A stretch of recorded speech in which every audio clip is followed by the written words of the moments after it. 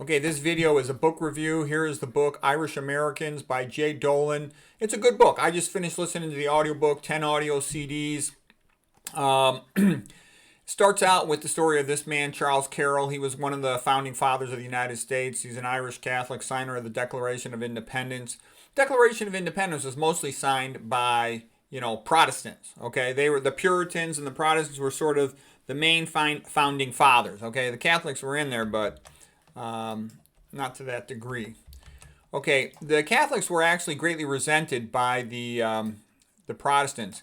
Initially, the Protestants would call themselves Yankees or nativists, and they would call the Irish, popists or even St. Patrick's vermin. And here is a couple of Protestants saying, we don't want our schools corrupted by your Catholic version of the Bible. They wanted their Protestant King James version of the Bible. And the hostility of the Protestants to the Catholics was so bad that the Catholics had to make their own separate school system. It ended up being a very big deal. Here's a sense of the attitude of the Protestants, like Thomas Nast was the cartoonist for the Harper's Weekly newspaper. And here he shows the Catholic bishops coming on shore with their hats looking like alligators. And hide the children because they're going to be corrupted by Catholic ideas of religion. Okay. And this actually is a drawing of Tammany Hall, right here, Tammany Hall, where they've got one flag with the Irish harp and the other one with the Pope's hat, saying, the Irish are going to try to take over everything and ruin our schools, corrupt them with their Catholic influence. The Papists. Okay, and as you know, there were lots of signs going around in the 1800s. Help wanted, no Irish need apply. The Irish were very much second-class citizens in the 1700s and in the 1800s. They gradually started developing some type of clout and power in the second half of the 1800s. And nowadays, it's like this. It's not just no Irish apply. It's no white Caucasoid Christians apply, okay? That's where it's at. They're second-class citizens in this country. Think about it. Every single thing of affirmative action is against them. And it's not just them. It's a little bit other Asians and stuff too, but they're the main target of that. It's not to help anybody. It's to hurt them, okay? So we're not, that's not the focus of this talk, but that's a relevant point. Okay, so here then is another cartoon by Thomas Nast, and he's talking about the brutal behavior of the Irish, and they would portray the Irish like orangutans and then claim that they were violent. And this is making fun of how the Irish behaved, they claimed, on St. Patrick's Day in 1867. So that was a big thing. The Irish were poor, and they immigrated in massive numbers after the famine, from about 1844 to 1849. But as they immigrated more, they started to have a little more voting ability, so to speak. This is John Hughes, the real famous Bishop of New York. He was born in Ireland, but he became one of the most famous bishops of all time, and he was the Bishop of New York. And he did a lot of great things. He sort of personified that idea of the Fighting Irish. He got the parochial skills built. He got St. Patrick's Cathedral in New York started in 1858. He died around 1863, during the Civil War, and it was finished, about another 15 years later from that. He was the founder of Fordham College, originally called St. John's College. He did all kinds of good things, built lots of parochial schools, grade schools and high schools, built seminaries to train priests. He helped find orphanages, homeless shelters. All this stuff was done by the church. You don't need any public stuff. If you have the church functional, it does all this stuff, and it does it much better than public service organizations do. He found Magdalene shelters for prostitutes to turn their lives around. And Catholicism was really on the up and coming. Other names for the Irish, of course, the Paddies, Paddy Wagon was, locking up the Irish. The Crappie Boys, they had the hair cut short. The Mix is another word for Irish. The Fenians was their nationalist society to try to become free from the British in Ireland. And of course, they're called the Papists, and what they would say was called Popery. Another name for them was the Shamrock Truth Tellers, because they tell the truth pretty well. Sadly, the number of priests getting ordained in Boston's going down. In 1950, they'd ordained 50 priests a year. By the 1980s and 1990s, only about 10 priests per year. And a lot of people started sending their kids to public schools. Big mistake. Catholic kids are much better off in Catholic schools. I've been to both of them, public schools and Catholic schools. There's no comparison. Okay, here is St. Patrick's Cathedral in New York, which was, ordained and initiated by that Bishop John Hughes we just saw in the last slide. And you can see, Catholic cathedrals, they're beautiful. Okay, they're beautiful. They're artistic masterpieces. They're the most beautiful buildings ever made in the history of the world, all right? And they were made by Catholics going back to, the 1200s, all right? The best ones are actually in France. But anyways, just to show what modernism does, atheistic Darwinism, modernism, they produce these, boring buildings that look like animal cages, and they always have a statue of turd in front. They're disgusting. Okay, here's another heroic Irish lady. This is an Irish nun named Sister Irene Fitzgibbon. She's founder of a foundling home where, abandoned children, orphans were placed, and she helped tons and tons of these kids to grow up and to have happy lives. She was a real famous heroine, okay? They had thousands of people attended her funeral. And like I said, if you let people alone, people want to do good things. They want to help other people. If you let the church grow and do its thing, it does all kinds of things. And it doesn't need any public service, okay? Public service things usually turn to crap. Oh, here was just a little timeline I was making when I was studying all this Irish history. And this is just sort of old school Irish history. Basically, the Celts arrived in Ireland about 700 BC. By 432 AD, that's when St. Patrick came, converted Ireland to Christianity. It was kind of easy to convert Ireland to Christianity. It's a long story when you go through Celtic history and religion. It's not as different as one would expect from Catholicism. And Catholicism is syncretic. It can absorb things and take the best of them and incorporate them into its own metaphysical philosophy of life. Okay, then Ireland started getting invaded more and more by the Vikings. Brian Boru, one of the great chieftains, fought off the Vikings. But then the Normans came just another 150 years later. And then Henry VIII, the evil king of England, declared himself king of Ireland. Henry VIII with 8 wives. There's the founder of Protestantism for you, a guy with 8 wives who got rid of about half of them. Okay, that's why I laugh when I hear the word Protestantism, in the same word as religion. Okay, but don't get me wrong. We have a lot in common with the Protestants. Okay, a lot of Protestants ended up doing some good things in the 1800s with regard to art. We'll talk about that a little later. Another big turning point was William of Orange won a pivotal battle at the Battle of the Boyne in 1690, and that was basically a big victory of the Protestants over the Catholics. And after that, the Protestants had much more influence in Ireland, especially Northern Ireland. Northern Ireland basically became part of Britain, okay? And the Orange, William of Orange, so they were the Orange men, and that's why you got that orange stripe in the flag. The Catholics are the green stripe in the Irish flag, and the white is the hopeful unity of the both of them. And things were really bad for the Irish in the 1700s. There was the rebellion of Wolfe Tone. Wolfe Tones became a famous music group of Ireland with traditional music. And right around then, they imposed the penal laws. An Irishman really couldn't own anything, couldn't get an Irish education. It was pretty brutal.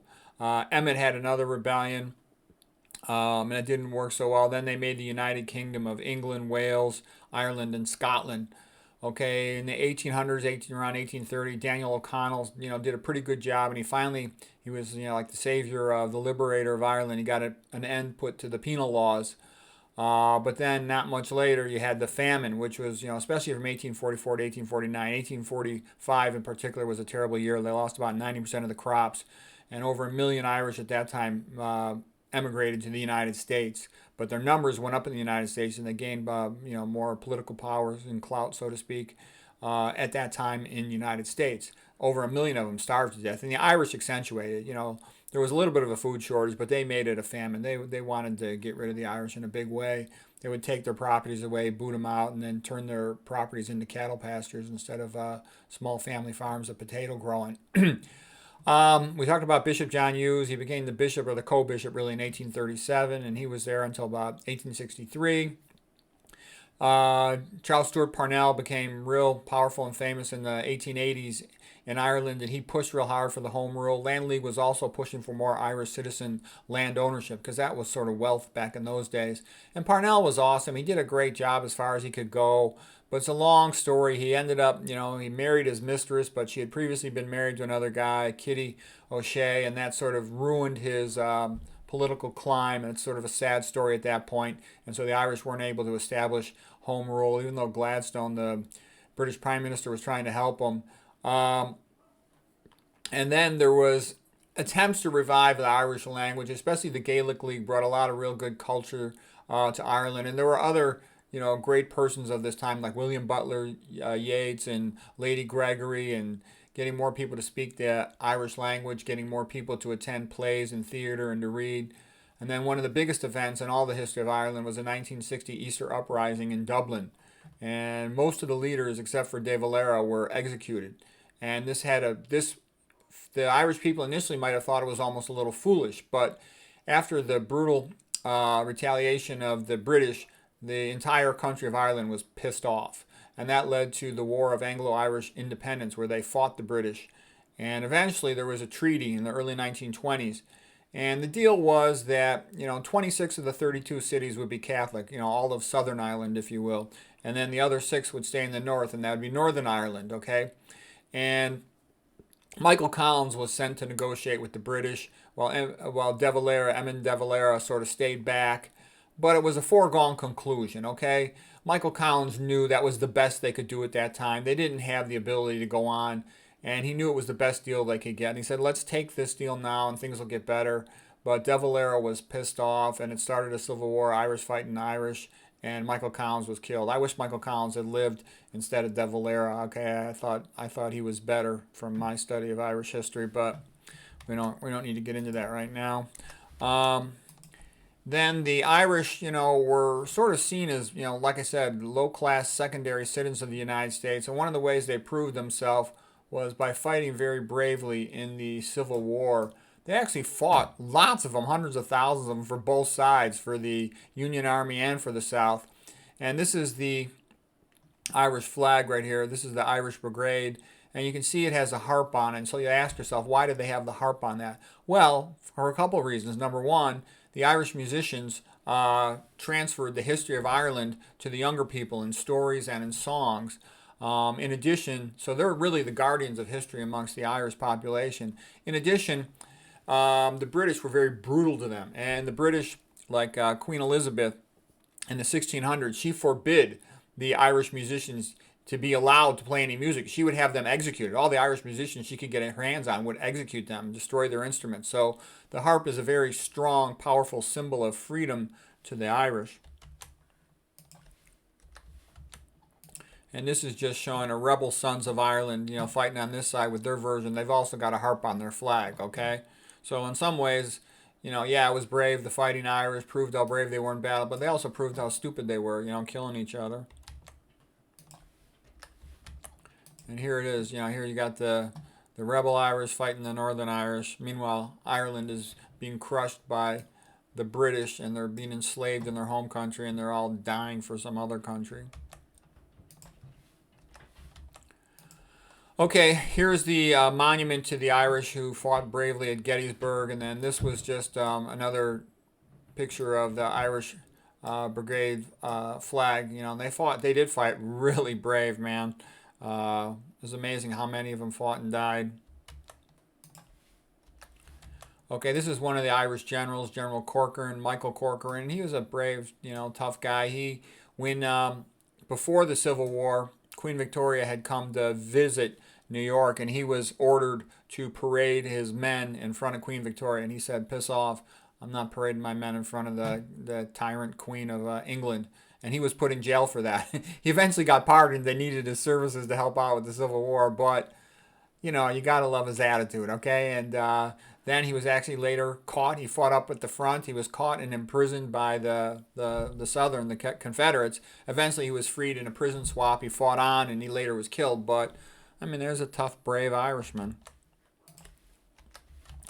Okay, this is Corcoran with one of his Union soldiers, the 69th Regiment. Okay, and they even named the fort after him, Fort Corcoran.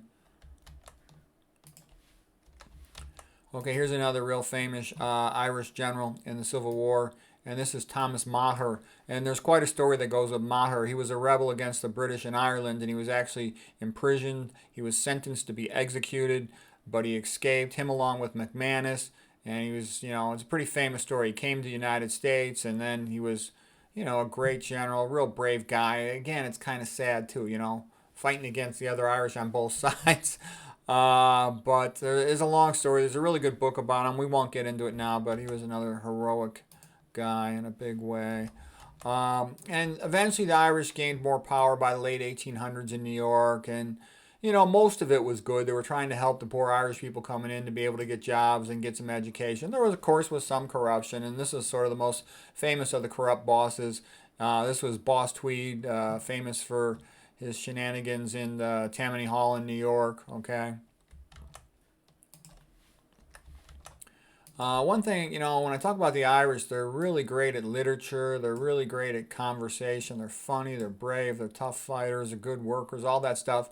There's not that much art and painting from the Irish. Here's the most famous, best painting by an Irish painter of all time, Meeting on the Turret Stairs by Frederick Burton. It's voted the most popular Irish painting of all time. But there's other good ones too. You know, I studied Irish art to some extent, and there are a lot of other good painters too, but painting's not their thing. You know, they're so poor when you're doing manual labor in the field, you know, for 14 hours a day, you don't got a lot of energy for painting. You got to have some luxury. You got to have some aristocracy to really have a lot of painters, you know, artistic painters of this type. Here's just a brief list of Irish writers, and there's tons of great Irish writers. St. Columba, of course, that was more of the monks. You know, that's all goes back to the book How the Irish Saved Civilization by Thomas Cahill, and they preserved all the Latin and Greek manuscripts and the Bible, and they made the Book of Kells, St. Columbus, Columbkill, and stuff like that. Okay, Jonathan Swift was a heroic guy too, and he really fought to try to help the Irish people. So I admired him, and gosh, was he clever and witty, Jonathan Swift. You know, he wrote Gulliver's Travels and a whole bunch of other things. A Tale of the Tub, that inspired me to have the title of one of my books. Two Tales in a Hot Tub. Okay, George Berkeley, the philosopher. Lawrence Stern, author of Tristram Shandy, a very clever book. You know, most of the book is what happened before he was born, so it's funny. It's a very funny, clever, witty, articulate book.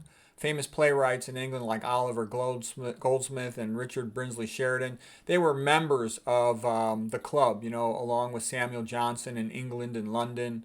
Oscar Wilde, of course, was, you know, the genius playwright. Brilliant guy. He ended up being kind of debauched and alcoholic, abandoned his family, which pissed me off. So I was disappointed in him. I loved him when he was young and heroic, you know, comes from Ireland, and everybody hates his gut, and he becomes the best playwright in the whole city. Bram Stoker, Dracula, some of these other ones, you know, William Butler Yeats and Lady Gregory did a lot, you know, through the Gaelic League to try to increase learning about Irish language and history and literature.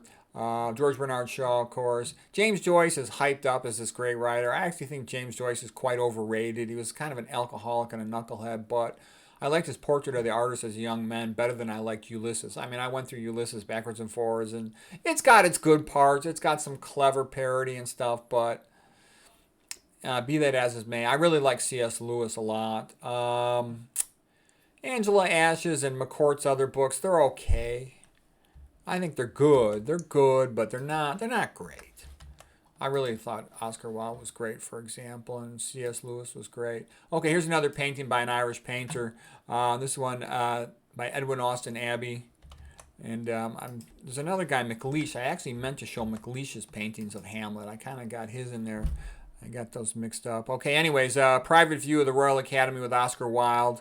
So Oscar Wilde, he pushed the movement of art for art's sake, which I actually think was kind of a step backwards. I mean, don't get me wrong, you sometimes need art for art's sake, but John Ruskin was his professor at Oxford, and so there was this competing ideas of what was to be art. So Oscar Wilde was from the school of art for art's sake, just because it's beautiful, versus the Pre-Raphaelite Brotherhood was to go back to the religious intensity, the Middle Age, but with the modern skills of painting, and John Ruskin really supported them. I actually think the Pre-Raphaelite Brotherhood was magnificent, you know, John Everett Millais and the other ones, and then their subsequent acolyte students like Edmund Leighton and a whole bunch of other ones. They're magnificent. That's some of the best art ever created in the history of the world. I'll call that the Victorian Renaissance. And it was really a combination of a Victorian Renaissance amongst Protestants, as well as something of what you might call a Catholic Renaissance in England, with Augustus Welby Pugin, the architect, with, you know, Cardinal Henry Newman, the Tractarian movement and all that. So we're not going to get into all that, but just letting you know that's a fascinating part of history. And then here's what you get with atheism. You get these jerks, putting a urinal into a museum. These modern art museums are an insult and a disgrace. But I just wanted to show you that. But because people sometimes say, well, how important is Christianity and Catholicism? It's very important because it gets the philosophy and the personal values and the attitude towards life squared away in the public's mind. So, to be nice, to be good, and to do good things. When you have atheism and Darwinism, and this modern Marxism type stuff, you end up with this. An art museum has statues of feces in it. Okay, that's an insult. That's a degradation of mankind. Okay, I just tell you this because I'm showing you the contrast between what's happening as the Irish are losing their values. This type of stuff's becoming bigger in society. This is where they took the crucifix of Christ and they dipped it in urine. This photographer guy, and he photographed it dipped in urine. That's called the piss Christ. And I don't blame somebody for smashing that. That's awful thing to do. Okay, and what I'm going to say here too is you need guys like this old Pope Julius. He was in Italy. He was the Pope around 1500. And here's a painting of him by Raphael in 1512. He basically was a tough old bastard, and he, got on a horse and he fought, the French when they were trying to come into Italy. He commissioned the great artists like Raphael and Michelangelo to make the beautiful artworks in the Sistine Chapel, Michelangelo's Sistine Chapel ceiling, Raphael's School of Athens and whatnot. And what I'm trying to say is, you need these old guys. People say, oh, he was a corrupt pope, he had a girlfriend and he had children and he had syphilis. Yeah, fine. He was a tough, smart old guy who did wonderful things, who made the Vatican like the most beautiful art museum in the whole history of the world, okay? So you need those tough old guys. And I think you definitely, if you're going to fix the Catholic Church, you got to let guys get married. You get much better men in there. Anyways, the Catholic Church right now stinks. It's corrupt. It's all messed up. The modern pope's like the Antichrist piece of crap, okay? Okay, so anyways, here's Michael Collins, a leader of one faction that accepted the treaty in the 1920s for, peace with Ireland, peace with Britain as far as they could get it. Okay, and here's Eamon de Valera, and he's the guy who, in my opinion, stabbed Michael Collins in the back, and so I don't like him. Okay, Michael Collins is a heroic guy to help Ireland. Here's, Michael Collins at his wake. He's got the Irish flag on him again. Orange for the Orangemen Protestants, white for the hopeful unity between the Protestants and the Catholics, and green for the Catholics. So there's Michael Collins, for the love of Ireland. Okay. Okay, now here's a Catholic school, and they had to build Catholic schools because the Protestants were like a million times worse behaved towards the Catholics than the other way around. And I went to public school for a little while during my childhood. Then I went to public school. Then I went to Catholic school for a while. The big difference was that Catholic school, the nuns were in charge. Now, don't get me wrong. The nuns were, I would say, about the same as the public school teachers. They didn't know that much, okay? And, I would sit around in class and I was pretty bored. Okay, but the difference was all the kids are dressed nice in their uniforms. They're all well behaved. In the public schools, there's smoking and drinking. MJ, there's kids having sex, kids getting pregnant, kids ditching school, flunking out. Lots of kids from public schools end up with their lives entirely messed up. They end up being drug addicts. They don't do well. Okay, versus in the Catholic school, there's not a single person using drugs, not one. No one was having sex in 7th or 8th grade. Okay, kids were having, fooling around by 6th grade in the public schools. All right, there was nobody doing drugs. Nobody's having sex. I would know. I knew all the kids. I played on the sports teams. I knew all the kids. The adults were in charge. As simple a thing as standing in line waiting to walk in a room. I remember as a joke, I tripped a friend of mine in line, and some male teacher at the Catholic school shoved me up against the wall, and I was so kind of like shocked by that because that would never in a million years happen at a public school. But, I was misbehaving, but it was a startling difference between the two schools, okay? And everybody was on the side of the teacher, and my parents would be on the side of the teacher. Why'd you trip the other kid? You're a jerk, okay? You deserve to get shoved against the wall. That was the philosophy of the Catholic schools. As far as their academics, they just gave me a book. They go, we don't teach mathematics at your level. Here's a book. Do some problems on your own. I go, okay, thanks you. That's helpful.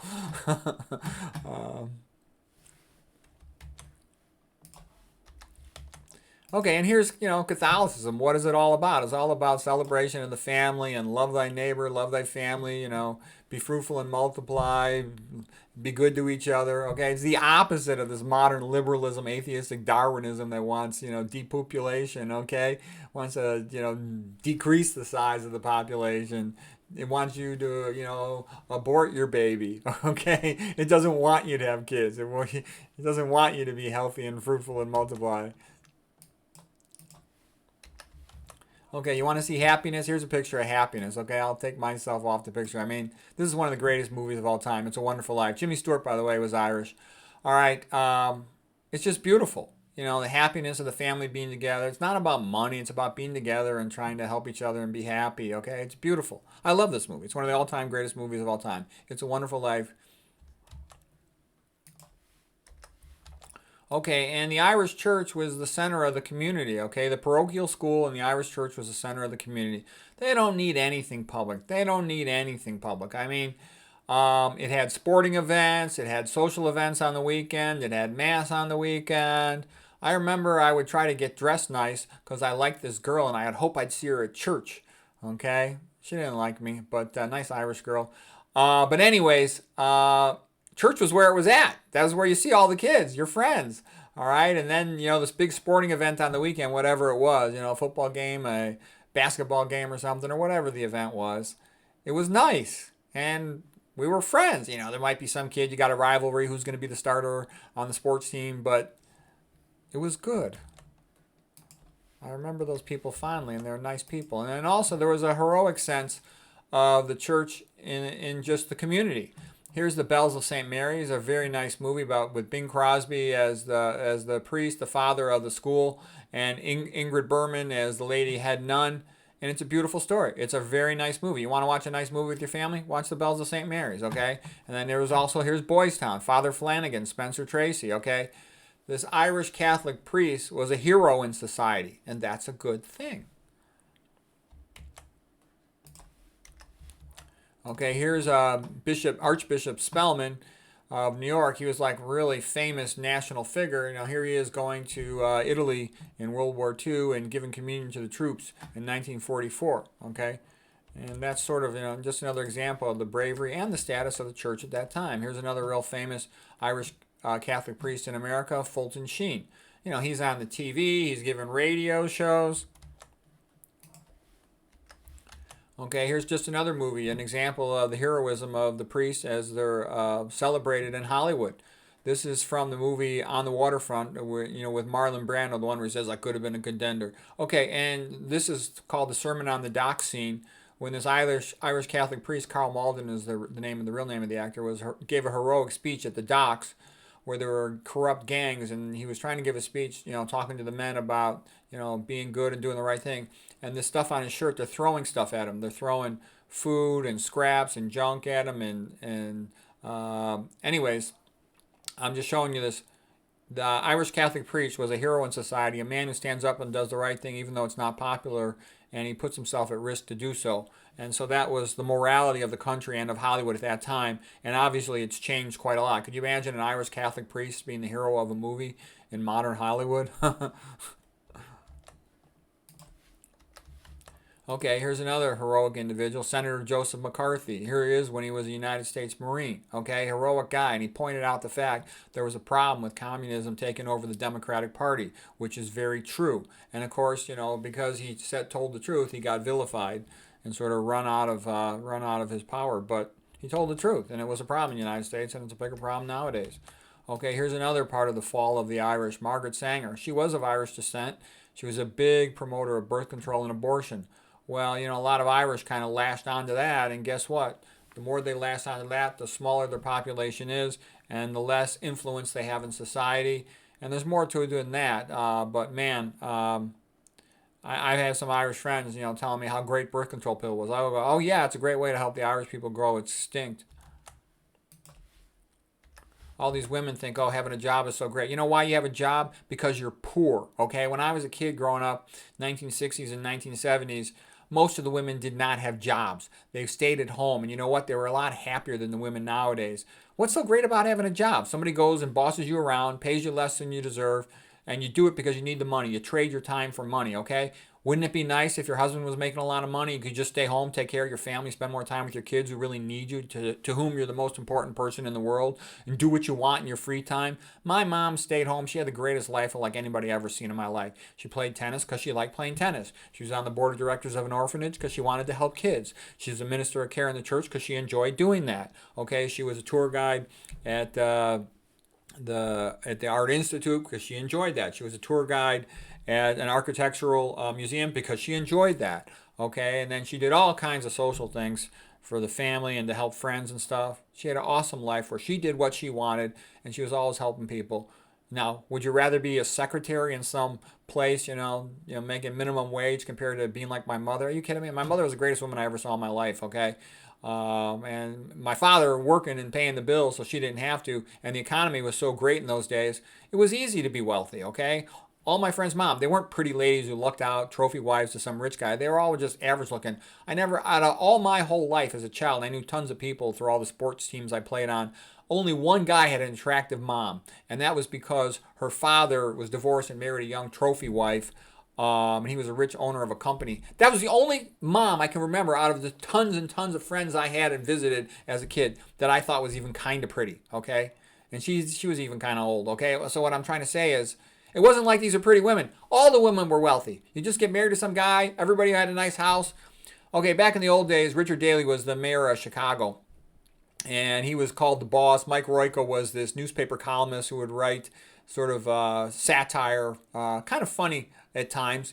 And Daley was, an old Irish guy, okay? And he sort of ran the city of Chicago. And later on, his son, also named Richard Daley, different middle initial, I think, ran the city for a long time as well. But the Irish have long since been sort of pushed out of Chicago.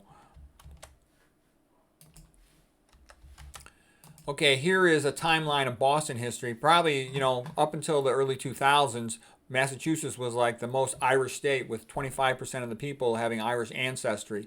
And usually if people have a combined ancestry, they used to want to claim Irish because they were sort of proud to be Irish. And the Irish were seen as being kind of popular in the past. St. Patrick's Day was a big holiday of the year. But nowadays, the Irish are one of the most hated minority groups in the whole United States. I mean, they're targeted for removal from the United States, okay? And they're so stupid they don't even realize it.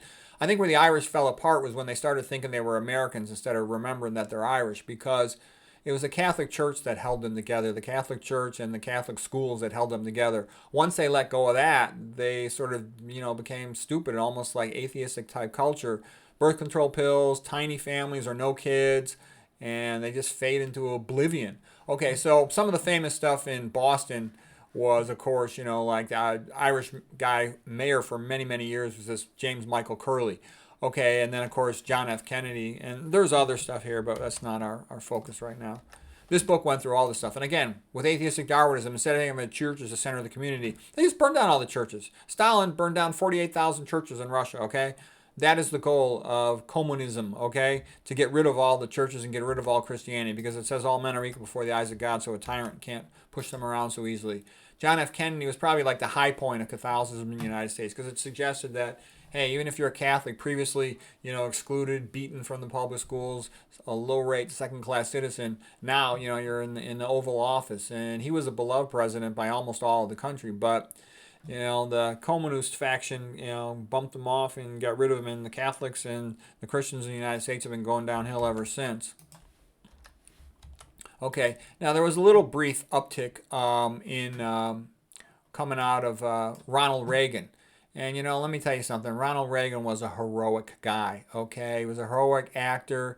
He was a heroic anti-communist in the 1950s and the 1960s. He knows the truth about that, okay? And he was a great president. People try to criticize, Ronald Reagan, he's so stupid. He got Alzheimer's after he took a slug and he bled out and was hypotensive. That damaged his brain. That's true, okay? But I can tell you something. I was in California at Stanford in the early 1970s. Man, was California rich. A lot of the colleges didn't even charge tuition. You could go to college for free because California was so rich, okay? Look at California now. It's a crap hole, okay? We used to walk around in San Francisco and just be happy to be out there, go to museums, go to the zoo. It was it was a safe place, nice enough to walk around like that. Of course, I didn't spend much time in San Francisco, but what I'm trying to say is you could go. It'd be unthinkable to visit San Francisco nowadays. It's such a, a crime scene, okay? But Ronald Reagan made California rich, okay? I knew a bunch of, all the adult men, my dad and all his friends. They loved the fact that Reagan was president because they were all super wealthy. My dad made like 3 times as much as doctors make nowadays. More than that, 4 times as much, okay? Doctors got paid a lot of money, and the country was rich, okay? All the people I know, they all had their houses paid off, their mortgages paid off in full, okay? Like I said, all the wives stayed home because the country was so rich. All the kids, as soon as they turned 16-year-old for their birthday, they got a new automobile car as a present from their parents. That was routine. I'm not talking about wealthy people. I'm talking about lower middle class. That was routine when I was a kid. Now America's so poor, people can't even afford to go to college. Okay, so here's where it's at. This is where Christianity's at nowadays. The decision has been made by Democrats to get rid of the Christians in this country. Okay, it's going to start out with the Caucasoid ones first because they're seen as the biggest problem, the biggest obstacle to imposing, complete control over them. Okay, so here's their hope: rally to the cross, help each other, and you can still maintain freedom in society, free speech, and free other things, life, liberty, and the pursuit of happiness. But if you think the dogs are going to protect you, dogs can't do much. You either rally to the cross or you're screwed. And I realize most people are far too stupid and ignorant to realize this, but study history and you'll see. What I'm saying is obvious. It's in writing. Anybody who studied history and is honest knows this, okay? The sad thing is most people haven't studied history. And if you haven't studied, what happened in the 1900s, then you don't know this. If you didn't study what happened in Rome, after the fall, during the fall of the Roman Empire, then you don't know the stuff. If you didn't study what happened in the Italian Renaissance, you don't know the stuff. If you haven't studied just a little bit about the Irish and their conflict with the British, then you don't quite understand how it works. But anyways, this is your hope. This is the last chance for the Irish before they head into extinction. They're being headed into extinction in their own country.